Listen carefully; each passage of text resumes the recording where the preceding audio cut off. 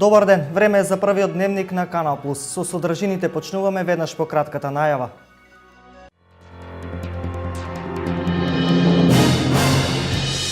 Со 12 милиони евра државата 100% ќе ги обештети домакинствата оштетени од овогодишните поплави.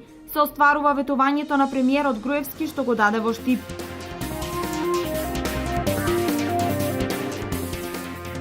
Штипските социјалдемократи со кривична пријава против градоначалникот на Штип за незаконско управување со јавното претпријатие ИСАР. Нема правна основа за вакво нешто, вели Захариев. Истокот е единствен регион во државата каде има две нематеријални богатства заштитени во УНЕСКО. Туристички потенцијал има, но има и многу да се работи за квалитетна туристичка понуда.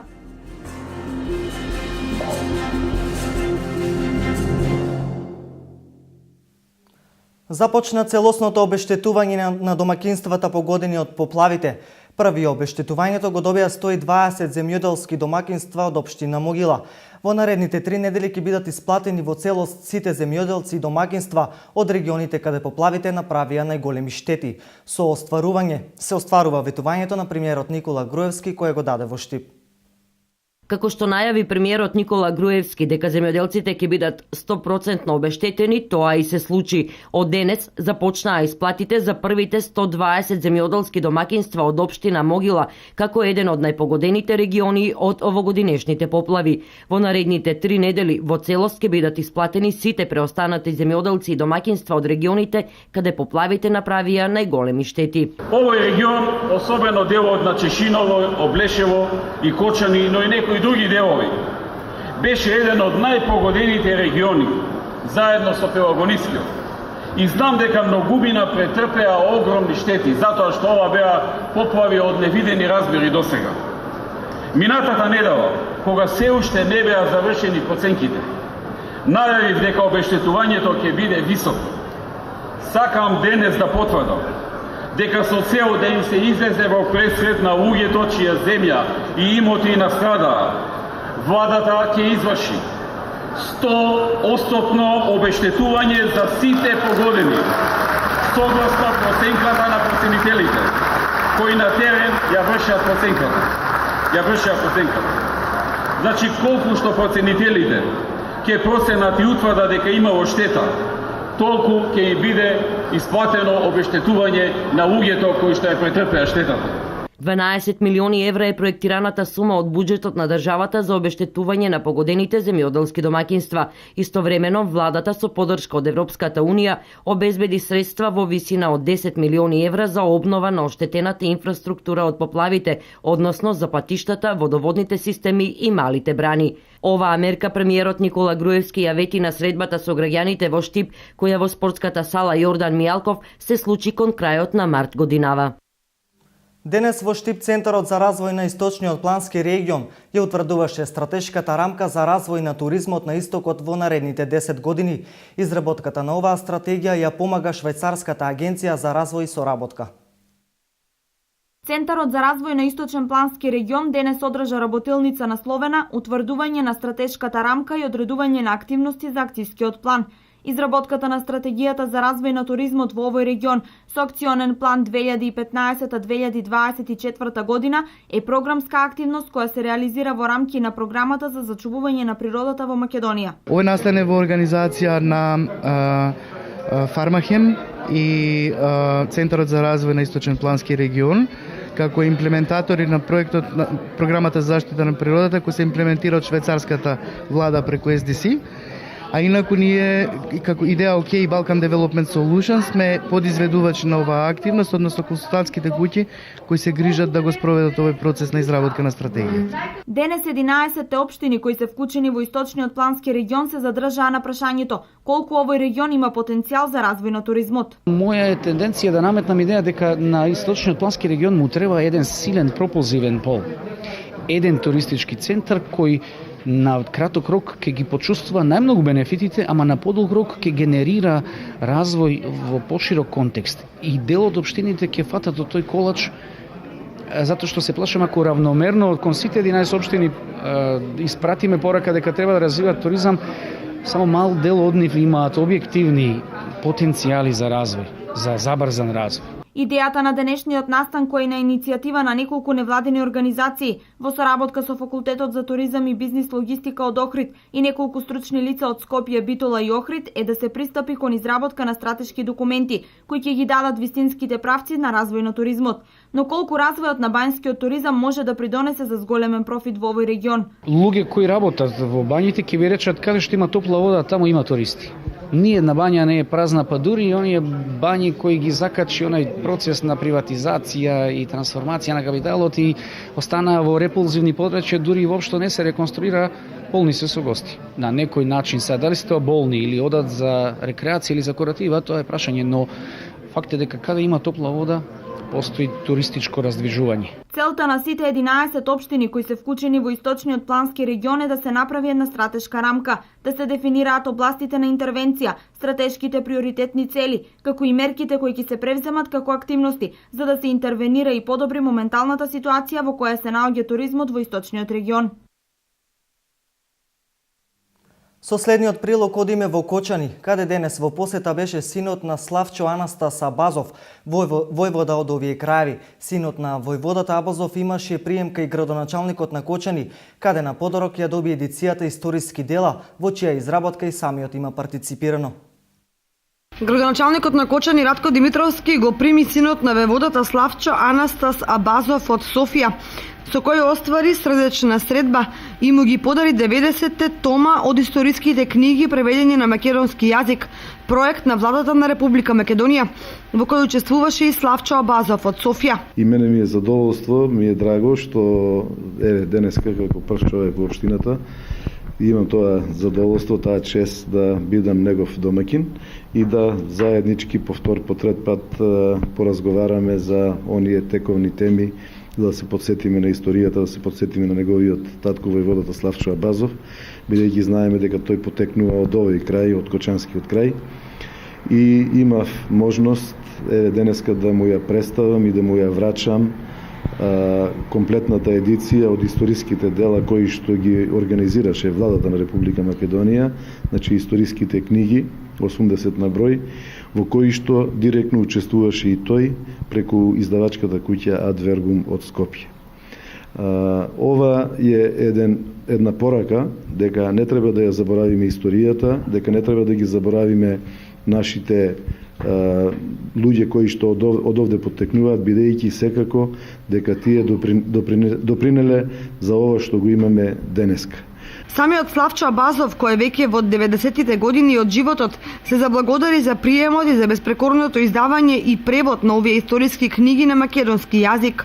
Аз сум многу доволен од това, че Јас сум задоволен затоа што едно големо дело е реализирано и тоа за мошне кратко време. Идејата обемна е реализирана во целост. Сметав дека ќе излезат само оние изданија кај кои се решени авторските права, но издавачот се потрудил за мислата да ја реализира целосно. Мислех, че ќе се издаде сократено. Инаку Славчо Абазов на македонски и бугарски јазик ја објави книгата на неговиот татко војводата Славчо Анастас Абазов, а подари и мощни значајни документи од архивата на војводата Абазов на Музеот на македонската борба, кои експонати се наоѓаат во витрините на музеот. Тој се заблагодари на градоначалникот Димитровски, на новинарот Киро Герасимов и на неговиот внук Славчо Абазов од Кочани за контактите и срдечната соработка која се остварува подолги години наназад. Од денес стапува на сила електронскиот пристап до информациите за стаж и плата во Фондот за пензијско и инвалидско осигурување. Се работи за проект на Министерството за труд и социјална политика и ПИОМ, а заинтересираните треба да се обратат до подрачните единици на Фондот за пензијско и инвалидско осигурување за да добијат пристап на лозинка. Затоа сега се возможено пристап, електронски пристап преку интернет до податоците за стаж и плата на самиот осигурник, со тоа што истиот на негово барање имаме формуларни во нашата подрачна единица, може да поднесе барање за издавање на шифра и лозинка со која би можел да влезе на интернет. Значи ова е слично нешто како пристапите до сметките на самите граѓани, до расходните сметки преку интернет, така да со добивањето на оваа шифра за првиот влез може да влезе со оваа шифра, натаму би требало заради негово сигурно да ја смени шифрата, на интернет и натаму постојано може кога му е потребно да види дали има промени во неговиот стаж, дали има промени во квалитетот и во квантитетот на истиот. Штипските социјалдемократи поднесуваат кривична пријава против градоначалникот на Штип заради наводно незаконско работење и управување со јавното предпријатие ИСАР. Ова нема правна основа, туку е политички атак, вели градоначалникот Илчо Захариев. СДСМ Штип поднесува кривична пријава против градоначалникот на Штип Илчо Захариев поради, како што се тврди, незаконското работење во јавното предпријатие ИСАР. Ова денес на прес-средба го искажа првиот човек на штипските социјалдемократи Владко Милошев. Илчо Захариев повеќе од една година му овозможувал на директорот на јавното предпријатие ИСАР без мандат заснован на закон да работи и да донесува полноважни одлуки. Со ова градоначалникот Захариев му овозможил на ВЕ директорот на јавното предпријатие ИСАР да предизвика засега неутврдена штета кон граѓаните на Штип, правните субјекти и непосредните корисници, затоа што со незаконски овластувања носел одлуки кои што немаат правна важност. Од наведените дејствија постои основано сомневање дека градоначалникот на општина Штип од ВМРО ДПМНЕ Илчо Захариев сторил кривично дело злоупотреба на службена положба и овластување од член 353 став 1 во врска со став 4 од кривичниот закон. Ова за градоначалникот нема правна основа, туку е политичка атака за да се испогани се она што последните 2 години се случува на комунален план во овој град. Знам само едно. Дека согласно моите надлежности и законот за јавни предпријатија именува ВД директор. ВД директор е Ангел Бујаджиев. Ангел Бујаджиев е директор, ВД директор на тоа јавно предпријатие. Морам да кажам дека е успешен директор, многу успешен директор и можеби тука веќе политиката сега има своето влијание. На Социјалдемократскиот сојуз својот миг им треба неспособен градоначалник на градот Штип и неспособни директор на јавните предпријатија. Само тогаш тие ќе испливаат на површина. Но овој миг е сосема спротивно. Овој град се гради во сите своји пори, во секоја клетка. И навистина имаме брилјантни резултати. Што тие може само да ги сонуваат и да ги посакуваат. Захариев во својот одговор истовремено праша, зарем се штетни одлуките и потезите на директорот на ИСАР да се направат неколку значајни зафати за краток период како што се. Не може да биде штетна одлуката на Ангел Бујаджиев да се асфалтираат сите улици во Горбиштата. Не може да биде штетна одлуката да ја реновирате бањата Кежовица и тоа сместувачките капацитети. А сега нормално и Машката бања, кој ќе биде по сите стандарди направена. Не може да биде штетна одлуката да речеме да направите нов пазар. Не може да биде штетна одлуката да речеме да направите зоолошка градина. Не може да биде штетна одлуката да ги направите сите паркови да ги држувате во овој град, да имате безпрекорна хигиена, совршен ред. Во оваа прилика тој потсети на времето кога со ИСАР раководел кадар на СДСМ, но тогаш немало никакви реакции ниту забелешки. На времето бев и претседател на Советот кога градоначалник Нова општина беше од Социјалдемократскиот сојуз. Жал ми е што во тој период тие не го искористија да направат многу повеќе, нели имаат такви шанси. И тогаш се именуваше еден ВД директор. И тој траеше неограничено долго. Значи ли тоа дека ако Социјалдемократскиот сојуз е на власт и тие именуваат ВД директор, дека они имаат право да прават они како што мислат и дека тогаш е законито. Ако да речеме ВМРО е на власт и ако го работи да речеме она што е согласно законот, дека за нив е незаконито. На крајот Захариев нагласи дека со ваквите обиди за дефокусирање на јавноста СДСМ нема да постигне ништо. Ако има нешто незаконско, тоа нека го утврди надлежната судска инстанца. Во меѓувреме треба да се гради и уредува градот, зашто во тек се неколку проекти кои не трпат одлагање. Во пресред на финалето на Макфест, подготвени за настап се 18 финалисти и настапувачите во ревијалниот дел. Со СМС гласови со одлука на жирито, вечерва ќе се знае победникот на јубилејниот Макфест. Вечерва е финалното издание на Макфест 2015. 18 композиции ќе се надпреваруваат за 3 главни награди. Редоследот за вечерашното финално издание се бираше преку лотарија. Ова се имињата на финалистите. Маја Вкичевиќ со композицијата Што ми правиш ти, Евгенија Чанчалова со композицијата Миг до вечност, Огнен Здравковски со композицијата Те молам врати се, Игор Митровиќ Биди тој што си, Јоце Панов и Зуица Лазова Срце да се отвори, Ѓоко Танески Ако љубов е, Александра Кукушев Ова е крај, Виктор Апостоловски, Ни јас ни ти, Верица Пандиловска, Кога љубовта не е дозволена, Бојана Атанасовска, Диви цветови, Зоран Илиев, Ако не ми требаш, Илиев и Кикиритков со композицијата Кој што ме чуе да пеам, Ивана Јовановиќ и Рафинерија Тешко време, Горан Наумовски Журка, Александра Андонова Лажиме, Наде Талевска, Љубовта е се што ми треба, Наташа Малинкова, Каде и да си, и Дарко Илиевски, Како небо и земја.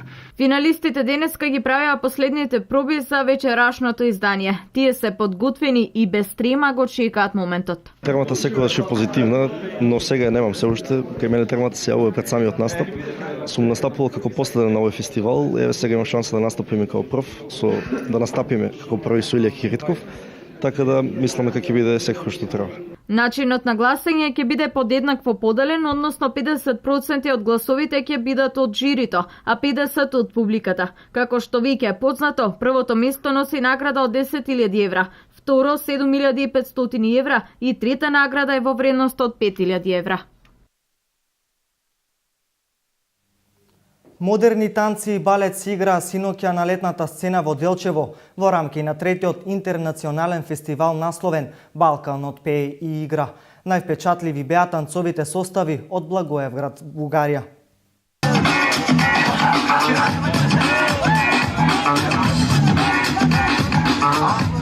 Соседите од Младинскиот дом од Благоевград, Република Бугарија ни одржаа лекција како се играат модерни танци и балет. Танцови и мажоретни состави како и хип-хоп и брейк-денс групи ја окупираа синоќа летната сцена пред спомен домот Аснон во Делчево, воодушевувајќи ја публиката со кореографии кои ретко се гледаат на отворената делчевска сцена.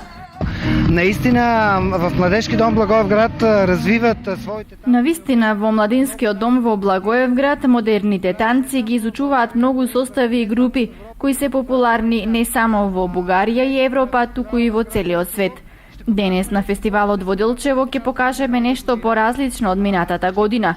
Тука е најдобриот танцов пар на кој што им предстои учество на светското првенство по спортски танци во Романија. Исто така, меѓу другото, тука е една од најдобрите брейк формации во Бугарија. Тоа се момци кои ги поставија почетоците на овој вид улични танци и се надеваме дека гледајќи ги и вашите млади ќе се заразат за овој вид на танци и следниот пат кога вие дојдете кај нас ќе ги усовршите нивните чекори и заедно ќе танцуваме. Покажем това на което сте се научили. Дел од синокешното шоу на фестивалот беше и танцовиот клуб Диви Рози од Домот на културата од Пробиштип, кои годинава за втори пат ги покажуваат своите модерни танцови точки во Делчево. Пак има богата програма затоа што од Бугарија доаѓаат секогаш со нешто воодушевувачки. Ние се трудиме тоа да го постигнеме со нашиот клуб. Тоа се Диви Рози од Пробиштип, балетското клубче кое работи веќе 3 години поред. Имаше мала пауза и навистина сум среќна што пак сме гости овде во Делчево. Организатори на третото издание на интернационалниот фестивал Балканот пее и игра беше Националната установа Центар за култура Никола Јонко Вапцаров од Делчево под покровителство на Министерството за култура.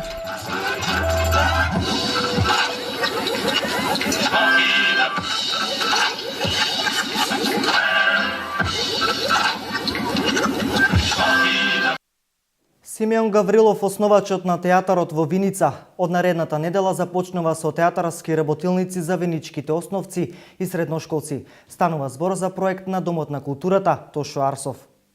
Основачот на театарската група Сцена 71, режисерот кој во бивша Југославија со своите представи Виница ја промовираше на меѓународен фестивал во Франција и Италија, Симеон Гаврилов, од средината на јуни со нов проект во родното место, во соработка со Домот на културата Тошо Арсов, започнува едукативни работилници за средношколци и основци кои сакаат да учат и да ги научат основните техники на театарот. Тоа е како резултат на долгата традиција на драмскиот аматеризам во Виница. Како што знаете, па и пошироката јавност како што знае, а некои се и директни учесници во оно што се случило во 70-те години од 20-тиот век со почетокот на Сцена 71. Кога драмскиот аматеризам во Виница заживува и постигнува кулминација некако крајот на 70-те години, кога со една од представите која се работи во рамките на таа Сцена 71 има земано престижните награди на ниво на Југославија и Исто така имат гостувано во Франција, во нас и на најпознатиот фестивал за драмски аматерски проекти. Виница има млади и талентирани деца кои веќе имаат искусен од театарската сцена, така да веќе има и соодветен одзив за овие работилници. Оваа театарска работилница ќе води всушност човекот кој го започна драмскиот аматеризам во Виница, Симеон Гаврилов. Сите го знаат, тој радо се сложи да еве во Виница почнеме со една таква театарска работилница во која на самите кандидати кои веќе се пријавуваат да им даде едни основни насоки како би се движеле во сетата театарска уметност. На нас тоа многу би ни одговарало затоа што реков ќе створиме кадри со кои понатаму Домот на културата не бил имал проблем и не би се сочило со проблем при наоѓањето на актери, па се надевам и режисери кои ќе продолжат таа традиција. Уште еднаш апелирам и нагласувам дека ова работилница е бесплатна, значи Домот на културата ги има покриено сите трошкови што овие кандидати условно би требало да ги платат. Значи театарската работилница е бесплатна и ги повикувам оние што имаат некаков афинитет или сакаат да научат нешто не само од театарската уметност, туку и од оние вештини на јавна комуникација, што потоа ќе им како еден благодат ќе им дадат во понатамешниот нивен развој. Според најавите, Гаврилов со пријавените кандидати ќе почне да работи од 12 јуни со по 2 часа дневно или вкупно 24 часа ќе трае првата работилница, а термините дополнително ќе бидат договорени. Штипската гимназија утре има отворен ден за полуматурантите. Ова средно училиште, кое редовно е со најдобри оцени во државата, нуди квалитетна настава и услови, а од учениците очекува ред, дисциплина и вредно учење. Отворен ден за сите полуматуранти утре во средното општинско училиште Славчо Стојменски во Штип. Утре сите полуматуранти од сите основни училишта во градот ќе се запознаат со наставната програма и проектните активности што се нудат во гимназијата. Во учебната 2015-2016 година има 238 слободни места. Прва година е општа гимназија и имаме 7 паралелки по 34, 238 слободни места. Гимназијата од секојаш полуматурантите 50% ги зима во незините редови. Се што е капацитет, се што е добро, учи во гимназијата. До родителите на полуматурантите имаме на препорака. Запишете ги децата во гимназијата. Овдека во гимназијата, завршена гимназија, значи 100% завршен факултет. Тука учениците може да се здобијат со ред, дисциплина, редовност и добра организација. Идните средношколци овде може да се стекнат и со позитивни социјални вештини и вредности, но и да ги постават темелите на својата лична кариера. Инаку гимназијата Славчо Стојменски од Штип втора година поред е прогласена за најдобра гимназија во државата од Министерството за образование и наука. Обилната понуда на сезонски плодови предизвика пат на цените на поголем дел на градинарските производи. На градскиот пазар во Штип денес беа задоволни и купувачите и трговците. Почетокот на јуни е период кога тезгите на градскиот пазар се преполни со разновидни градинарски и овошни производи. Зголемената понуда значи и помали цени за дел од нив. Во однос на минатиот пазарен ден, денес поевтини беа доматите, краставиците и пиперките. Од овошјето нешто пониски цени кај црешите и јагодите. Сепак, независно од ваквите промени, граѓаните со различни коментари во однос на цените. Пиперо е малку поскап од другиот петок, патлиџано е поевтин, крставицата е иста цена, скоро исто како претходниот петок, така и денес. Земено човек може ли да напазарува оно што му треба за? Па да ти кажам, помалку да си земе од се, може. Скапо е малку. Скапо. Пипер, патлиџан, се, крставици, се. Цените како? Па добри се. То кој е така? Со овие примања, со овие пензии, можеме ли да си купиме нешто за... Тешко не останува ништо. Те сега зема пензија па да пазарувам. Во овој период меѓу најбараните секако е доматот. На една тезга прочитавме кочански домат. По што се разликува овој од останатите? Ова е сочени блак. Сочени блак. Чист патлиџан. Па ќе го пробаш како да јадеш јаболка. Како и секој пазарен ден, и денешниот ден помина со вообичајната фреквенција. Она што беше понудено утрината до вечерните часови беше продадено. Тезгите останаа празни до наредниот петок, односно пазарен ден.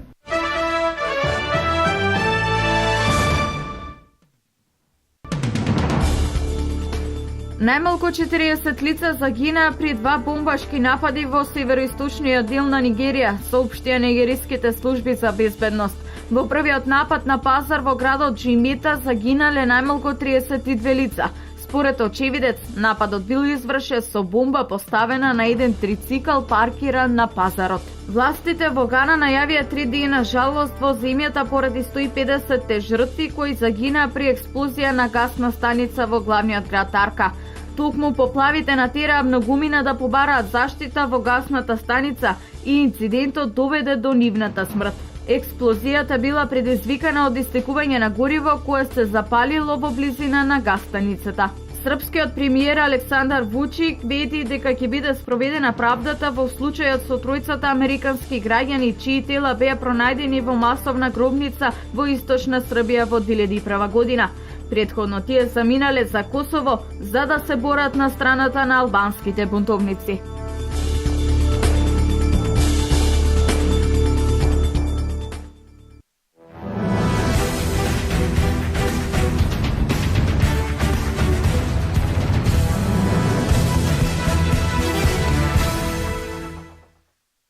Македонската кикбоксинг репрезентативка делчевчанката Кристина Стојчевска заедно со репрезентативците Димитар Георгиев и Милан Кубин од денес до 7 јуни ќе престојуваат во Римини, Италија, каде ќе учествуваат на светскиот куп од серијата Best Fighter. Стојчевска ќе се надпреварува во категоријата киклайт за кикбоксерки кои што се полесни од 57 килограми, додека останатите репрезентативци ќе се надпреваруваат во категоријата за кикбоксери полесни од 79 односно 89 килограми. Ако се има предвид фактот дека на овој турнир настапуваат над 1100 борци од 19 земји, тогаш повеќе од сигурно е дека конкуренцијата ќе биде исклучително силна, но ова ќе биде и одлична можност за добра проверка на репрезентативците пред значајните настани кои следуваат ова лето. Инаку Кристина Стојчевска на светскиот куп Best Fighter кој што оваа година се одржува по 20 пат, досега има освоено едно одличие. Во 2012 година таа се врати со бронзен медал.